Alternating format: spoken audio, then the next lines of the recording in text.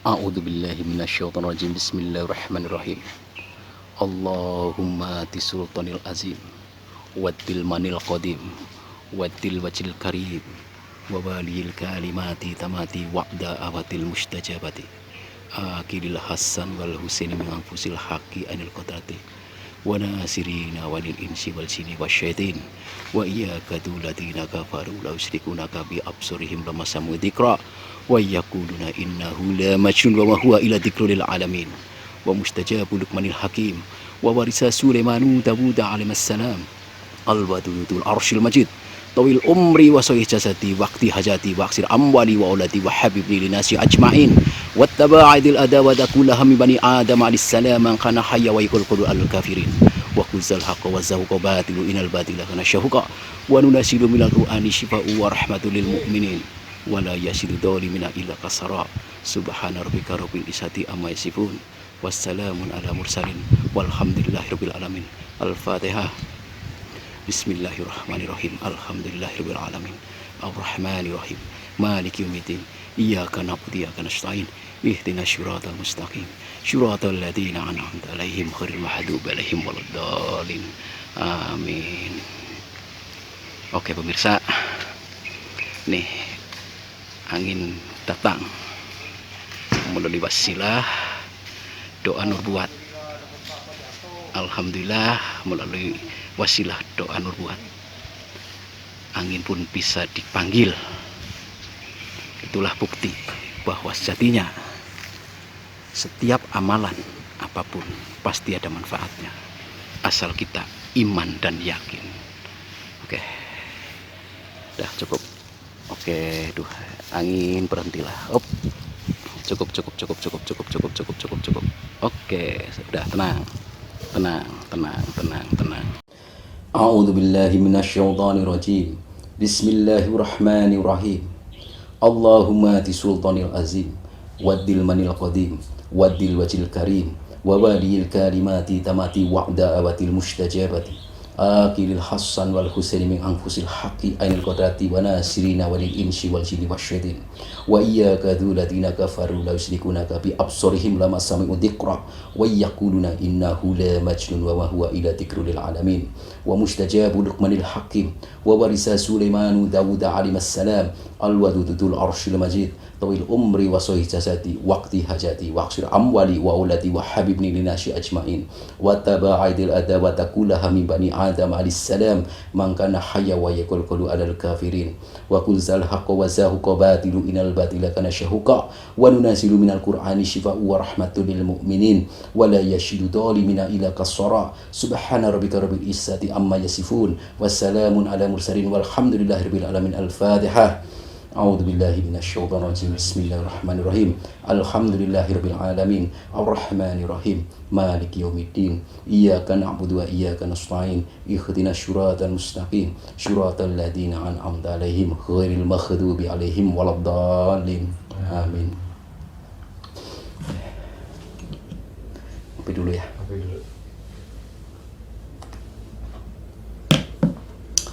Alhamdulillah. Mas Pur. Oke. Salam dulu dong. Salam dulu. Oke. Assalamualaikum warahmatullahi wabarakatuh. Waalaikumsalam warahmatullahi wabarakatuh. Berjumpa kembali dengan saya Mas Pur 2099 di channel Saratun 07.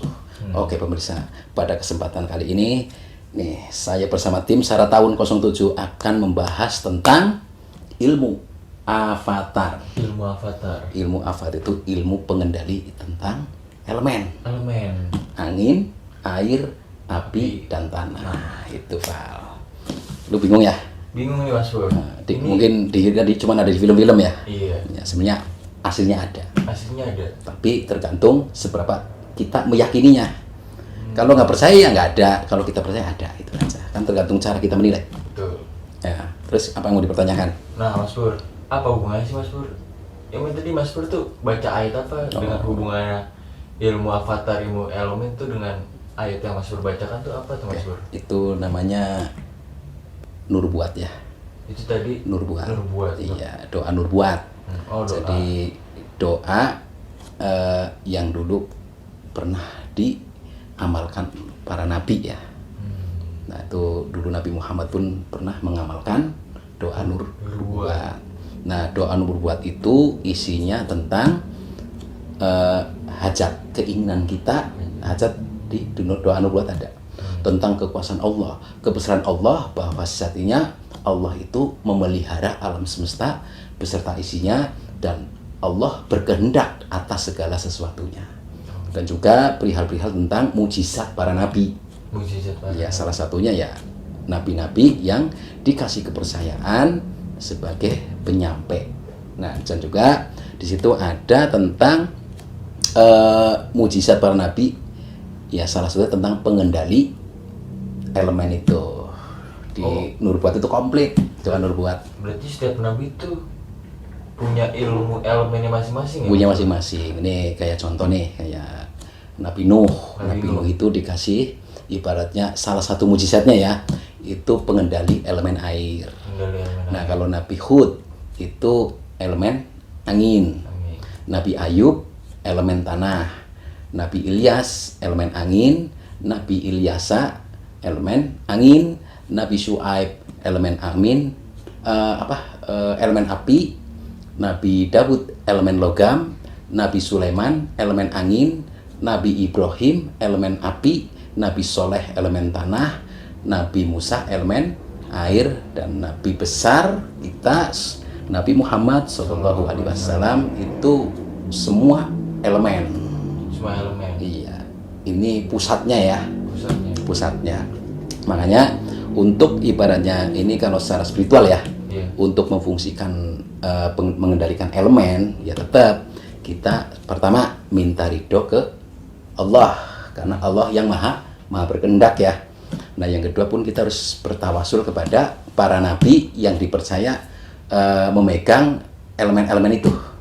Itu ada sekitar 12 nabi yang tadi saya sebut.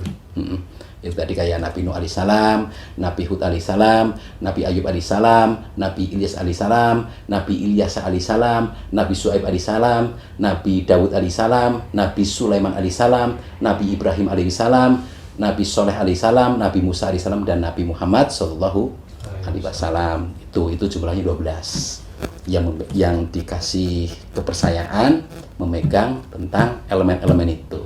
Nah, Mas Pur, yang kayak nabi pertama tuh yang Mas Pur sebutkan tentang Nabi Nuh. Nabi Nuh itu kan dia diuji dengan wabah musibah banjir. Itu kan air ya. Kenapa kalau dia bisa mengendalikan elemen air, kenapa dia diujinya dengan banjir tuh, Mas Pur? Nah, karena gini, segala suatu ilmu apapun itu harus ada aplikasinya. Iya, harus ada bukti otentiknya. Ya enggak? Karena kalau kita kupas teori kalau nggak ada buktinya gimana? Betul. Nah, makanya dulu Nabi Nuh, kenapa Nabi Nuh dipercaya sebagai pengendali elemen air? Karena Nabi Nuh itu berhubungan dengan air. Banjir. Nah, Nabi Nuh di saat itu berdoa. Ya, salah satunya melalui wasilah doa nubuah ini. Ya, cuman mungkin nggak tahu nih bahasanya apa sesuai yang tertulis, apa mungkin dengan bahasanya di zaman Nabi Nuh, tapi maknanya sama. Tentang nubuah, karena nubuah itu artinya kan cahaya kenabian. Iya, tapi Rasulullah mengajarkan nubuah ya ini, doa nubuah ya yang tadi yang saya baca. Tapi kalau nabi-nabi sebelumnya ya mungkin dengan bahasa yang berbeda, karena kan tempatnya beda-beda, bahasanya pun beda-beda, tapi isinya sama. Isinya sama tentang cahaya kenabian itu, Val. Nah, Mas Pur, berarti berbicara tentang elemen-elemen yang dipegang ilmu nabi itu berarti apakah berhubungan dengan mukjizat? Ya, itu kan bagian dari mukjizat ya. Sebenarnya ada mukjizat yang utama ya banyak. Kayak Nabi Muhammad contohnya itu membelah budak. Ya kan? Iya. Nah, jadi mukjizat yang paling utama Rasul Muhammad ya ialah Al-Quran, kesempurnaan yang merangkum kesempurnaan tentang firman dan menyampaikan, mengaplikasikan dengan perbuatan yang dikatakan, yang disebut dengan akhlakul karimah. Itu mukjizat terbesar tuh. Nah, kalau ya Nabi Musa, dengan tongkatnya. Ya enggak? Nabi Ayub dengan kesabarannya. Nabi Nuh itu kan dengan banjir itu kan, bisa mengendalikan itu kan. Terus banyak sih kayak Nabi Ibrahim dibakar tidak tidak mempan itu. Jadi itu mujizat-mujizat sebenarnya utama mujizat ya. Nah kalau elemen-elemen ini ya itu sebenarnya bagian dari mujizat-mujizat yang ibaratnya dimiliki oleh nabi-nabi pilihan. Nah Mas Pur, apakah elemen-elemen itu ada maknanya atau simbol tertentu Mas Pur? Sebenarnya kalau kita larinya ke sifat ya, kayak Nabi Nuh kan air, tentang air ya, berarti kan air itu simbol ketenangan. Pendingin, tapi jangan salah, di saat orang itu diam, orang itu tenang, tapi biasanya kalau marah kan serem. Betul. Ya enggak? Memang kalau setetes, dua tetes, ibarat cuman mengalir, itu menyejukkan. Ya enggak? Terus ibaratnya dilihat indah, tapi kalau udah murka, itu ibaratnya kan bak tsunami, ya enggak? Itu. Jadi intinya sih kita membaca tentang karakter salah satunya. Jadi jangan dilihat orang diam itu nggak bahaya. Kadang orang diam kalau amarah itu luar biasa. Cuman itu tadi, kalau orang udah memahami perihal tentang elemen, ya insya Allah kita tidak mungkin meremehkan, menyepelekan atau menghina-hina orang lain. Itu Pak. Jadi sebenarnya ke dalam diri dulu. Kalau kita bisa mengendalikan elemen dalam diri, otomatis kita bisa menghargai orang lain. Jadi attitude kita terhadap orang lain itu kita bijak dan arif. Nah, itu kan dari elemen air yang air. Nah. Kalau angin, tanah, dan api? Kalau angin itu kan udara. Nah, kalau di manusia namanya oksigen. Nah, oksigen itu kan berarti kan kita harus bersih oksigennya. Nah, oksigen bersih itu kan terutama itu cara pola hidup kita nih. Ya, polusi, ya enggak? Nah, kita kendalikan angin ini itu dengan kebersihan kita. Nah, kebersihan kita dengan cara apa? Itulah makanya di saat kita sholat, atau nggak sholat, itu sebenarnya kita lagi memfungsikan tentang cara kita membersihkan oksigen kita. Kan kita ada sujud itu kita lagi fungsikan tentang fitrah oksigen kita. Jadi sirkulasinya itu lagi diproses. Makanya kalau orang sholat kan lebih sholat tenang. Karena diproses semua nih, sirkulasinya itu berjalan. Makanya ada saatnya kepala harus di bawah. Nah, biar tidak ego. Ya enggak? Makanya angin itu kan kalau ini kan ego, sifat ego. Makanya suruh sholat, suruh sujud, biar kita merendah bahwa sejatinya saya itu nggak ada apa-apanya. Seandainya saya punya kemampuan atau seandainya saya punya kelebihan itu karena kehendak Allah. Jadi unsur angin itu sebenarnya tentang ego. Dikendalikan ego kita dari akal. Nah, oksigen kan motoriknya kan larinya ke otak nih. Otak nanti yang akan menyuruh semua anggota badan itu. Nah, tapi ini dengan hati. Biar oksigennya kan jantung juga kan pompa. Nah, pompa darah, pompa angin ya. Jadi mata rantai keterkaitan. Nah, terus apa lagi? Tanah, Mas Pur. Nah, kalau tanah itu kan berarti kan perihal tentang jasad. Jasad itu terbuat dari tanah. Makanya sehebat apapun ilmu kita, tetap kita tuh hamba. Jadi kita tuh nggak bisa apa-apa. Kita tidak bisa apa tanpa kehendaknya. Nah, jadi itu pengakuan bahwa kita itu hamba. Jadi kita menghilangkan sifat sombong. Itu salah satunya. Terus apa lagi? Api, Mas Pur. Amarah. Ya, amarah itu makanya ada istilah gini. Orang yang hebat itu ialah orang yang bisa mengendalikan hawa nafsu. Hawa nafsu utama ialah marah. Di saat kita punya masalah, kita punya problem, atau kita dipertemukan dengan orang-orang yang tidak sebab dengan kita, bisa nggak kita bisa mengendalikan amarah kita? Berarti kita bisa mengendalikan unsur apinya. Sebenarnya pertama kita lari ke sifat dulu, ke sifat kita dulu, terutama ke dalam diri dulu. Udah, kalau kita udah bisa mengendalikan dalam diri, ya kita pun ya dikasih wewenang ya, dalam arti dikasih kesempatan untuk bisa mengendalikan yang di luar. Jadi sebelum kita berbicara di luar, contoh nih, kayak manggil petir, manggil angin, manggil badai misalnya. Ya, kalau kitanya belum bisa mengontrol dalam diri, mau baca apapun tetap nggak bisa. Karena sejatinya itu gambaran yang ada di luar itu tergantung yang ada di dalam. Nah, nurba tadi itu adalah bagian dari wasilah. Kalau kita ingin mengendalikan elemen dalam diri, ya itu bagian dari wasilahnya untuk menambah keyakinan. Karena nur buah itu adalah cahaya kenabian, bahwa hasilnya para nabi itu ada mujizatnya. Nah, kita mohon kepada Allah, semoga ibaratnya Allah ridho dan kita nanti dikasih kelebihan oleh Allah. Tapi kalau untuk manusia biasa itu bukan mujizat namanya ya. Itu namanya ilham lah. Ilham. Iya, sekelas kita manusia biasa. Nah kalau manusia para nabi, ya enggak. Jadi seandainya dikasih kelebihan pun ya tetap kita tidak boleh sombong, tidak boleh angkuh, tidak boleh ibaratnya merasa paling hebat. Karena sejatinya di atas langit masih ada Langit. Ada langit. Sebenarnya pengendalian elemen itu adalah perihal tentang menghindari sifat sombong yang ada dalam diri kita. Seandainya kita punya ilmu, punya kehebatan, punya kemampuan, tahta, harta dan semua, kita sebenarnya nggak ada apa-apanya tanpa campur tangan Tuhan. Iya, itu maksudnya. Nah Mas Pur, apakah dengan kita mengontrol diri kita seperti mengontrol 4 unsur itu di dalam diri ini dan mengamalkan doa nur buat itu, apakah nanti kita bisa mengendalikan elemen yang ada di luar seperti memanggil petir? Apakah nanti ada tata caranya, syaratnya seperti puasa lah atau apanya lah Mas Pur? Oke. Jadi hidup itu semua ada aturan ya. Semuanya ada tata caranya. Begitu juga kalau kita ingin dikasih kemampuan, ibaratnya bisa mengendalikan ibaratnya kayak angin, kayak petir, terus badai itu, terus gempa bumi gitu kan. Semua ada tata caranya. Ya, tapi satu, jangan untuk merusak. Jangan untuk merusak.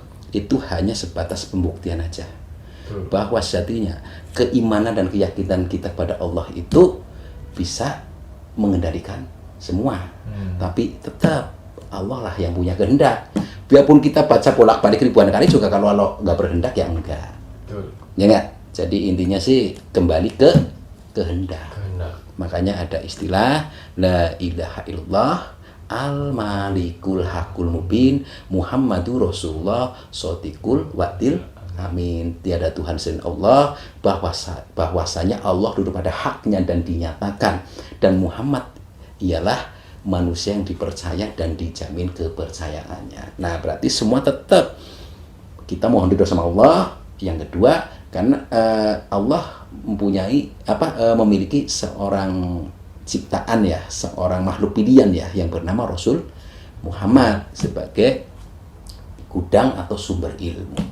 Makanya tetap apapun yang akan kita lakukan, tetap kita harus berwasilah kepada junjungan kita Rasul Muhammad SAW melalui wasilah sholawat dulu. Sholawat ya pertama ya untuk memfungsikan ilmu avatar ya, tapi tetap ya semua kembali ke kehendak Allah. Iya, jadi manusia tetap, tugas manusia kan ikhtiar. Betul. Berdoa dan ikhtiar. Cuman ya agak ribet juga Pak. Kenapa tuh Mas? Itu tadi, jadi ilmu itu susahnya kalau sudah ketemu, begitu lihat tata caranya puyeng. Apa emang apa aja sih Mas Pur, tata caranya Mas Pur? Pertama itu dasar kita puasa dulu. Puasa juga nggak tanggung 40 hari. Puasanya 40 hari. 40 hari kenapa harus 4? Karena 40 itu kan simbol 4 unsur itu. Kosongnya itu adalah persiapan wadah kita. Dikosongin semua. Iya. Yang negatif kosongin semua. Udah benci, dendam itu semua dikosongin. Karena untuk fungsikan 4 itu kita harus fitrah dulu. Nah, melalui jalur puasa selama 40 hari. Nah, nanti membaca doa nur buat itu jumlahnya 4.444 dalam satu hari satu malam. 4.444 dalam satu malam. Wow. Dari mulai jam 00 sampai jam pagi. Sampai fajar, sampai subuh lah. Iya. Tapi kalau subuh diterusin apa salah sampai jam 6. Itu tapi tetap ada kebijakan dari jam 00 sampai jam 00 lagi. Kalau ibaratnya kau nggak mampu sampai subuh sampai ini, tetap dikasih kebijakan minimal dalam satu hari satu malam itu baca 4.444 doa nur buat. Itu full selama 40 hari, nggak boleh putus. Berat kan? Berat. Ilmu itu kalau udah ketemu berat melaksanakannya. Ya memang kelihatannya wah itu hebat gini-gini. Iya, dia kan nggak tahu prosesnya kayak apa. Betul. Taunya apa? Lihat enaknya. Makanya kita jangan lihat hasilnya. Jangan melihat hasil seseorang dulu, tapi dilihat dari prosesnya dulu. Nah kita mampu nggak? Itu ya nggak? Ya namanya manusia biasa. Apalagi kalau udah berkeluarga, mikirin beras, mikirin ya nggak? Apalagi kondisi kayak gini, kita jalin puasa kayak gituan, puasa keilmuan. Puyeng Val. Puyeng. Ya kondisi kayak gini, ya nggak? Kita ibadah bisa dapat kebutuhan sehari itu udah alhamdulillah. Boro-boro mikir gituan, tapi tetap ilmu itu tergantung dari manjadah, wajadah serta istiqomahnya. Nah, tapi ya nggak boleh nggak ada salahnya kita belajar. Karena tetap sejatinya manusia itu khalifah. Khalifah itu dikasih wewenang untuk memilih mau jadi orang berilmu apa tidak. Itu. Jadi tetap manusia dikasih hak untuk memilih. Tapi semua itu apapun yang kita pelajari tergantung Allah berkehendak enggak gitu aja. Allah memberikan hak kita enggak. Yang penting tugas kita ialah berdoa dan ikhtiar. Nah itu berat, Pak. Kenapa harus 4 ya enggak? Ya, kenapa tuh Mas Pur angkanya 4. Coba berarti kan itu ada kode ya kan? Iya. Jadi 4 itu kan zat, angin, api, air dan udara. Angin, air, api dan tanah. Oke.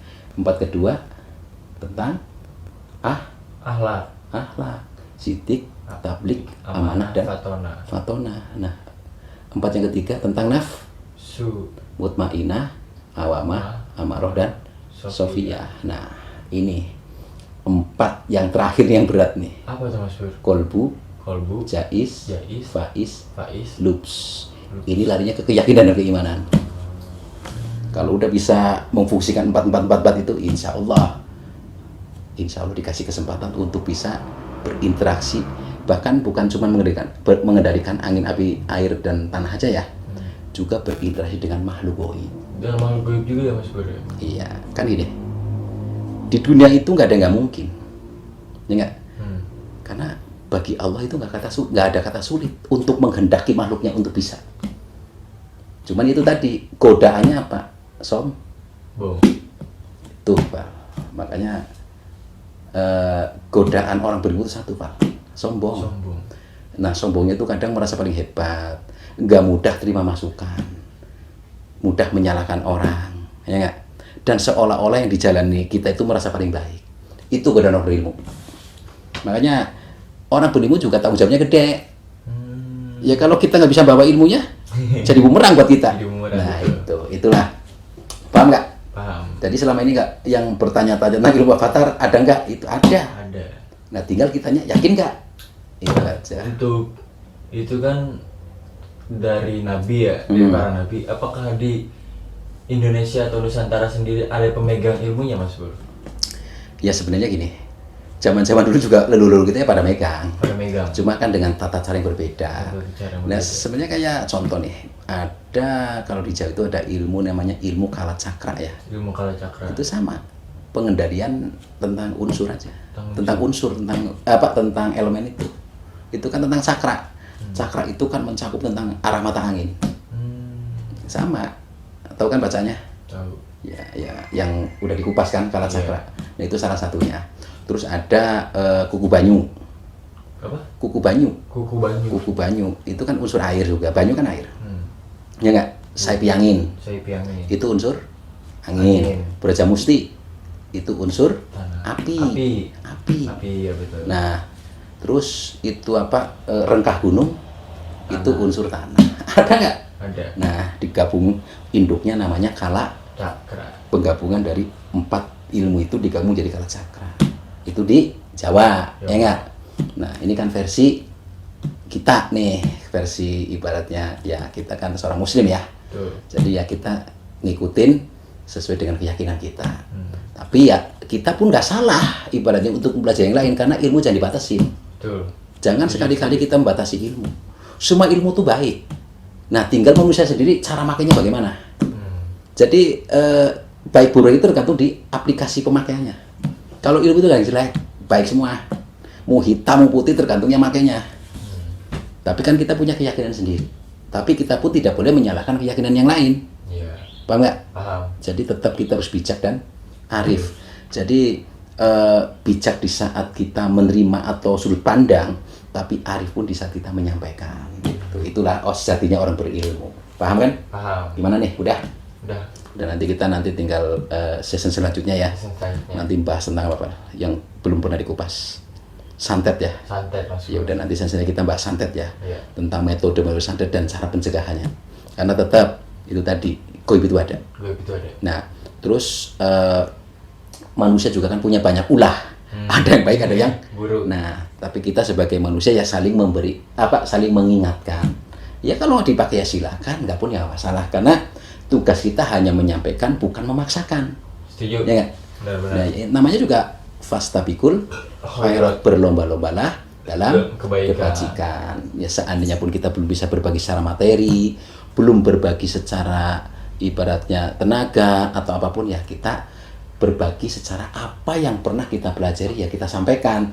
Perkara diterima atau enggak ya itu urusan masing-masing. Yang penting tugas kita menyampaikan. Pahala nggak kalau kita ikhlas? Oke, menurut saya berhubung waktu udah menjelang pagi, kemudian juga alhamdulillah nih udah mulai ada kegiatan nih. Ya biarpun belum normal banget, ya setidaknya udah fleksibel ya. Udah fleksibel ya, udah nggak ya ketat sih ketat, cuman kan udah fleksibel. Masih ada kebijakan.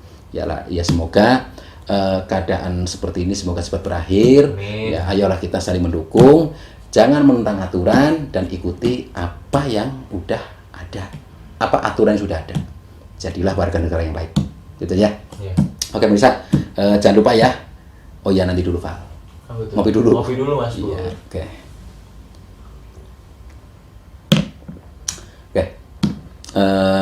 Oh ya pemirsa, seandainya saat saya menyampaikan banyak salah kata atau ada hal-hal yang kurang berkenan atau yang dapat menyinggung perasaan, saya Mas Pur 2099 bersama tim Sarah Tahun 07 mohon maaf yang sebesar-besarnya. Oke.